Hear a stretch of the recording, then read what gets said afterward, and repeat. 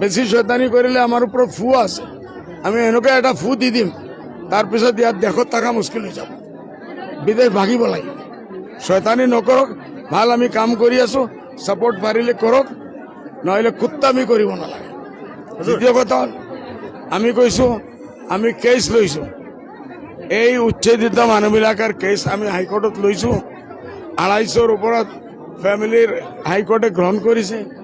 ইতিমধ্যে মই বিলাসীপাৰা আৰু গোৱালপাৰাৰ কেছো লৈছো, সেইটোও গভৰ্ণমেণ্টে হাইকোৰ্টে গ্ৰহণ কৰিছে।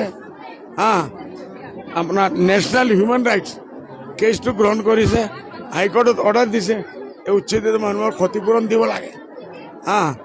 আমি লাহে লাহে আমি কাম কৰি আছো।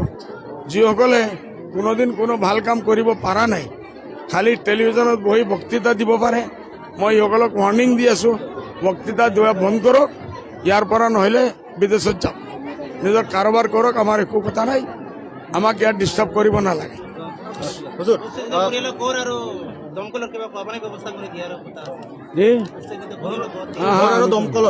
দমকলৰ মই কৈছো 1 ফেজ 2 ফেজ 3 ফেজে কমচে কম 2,500-3,000 দমকলৰ ব্যৱস্থা কৰি আছো।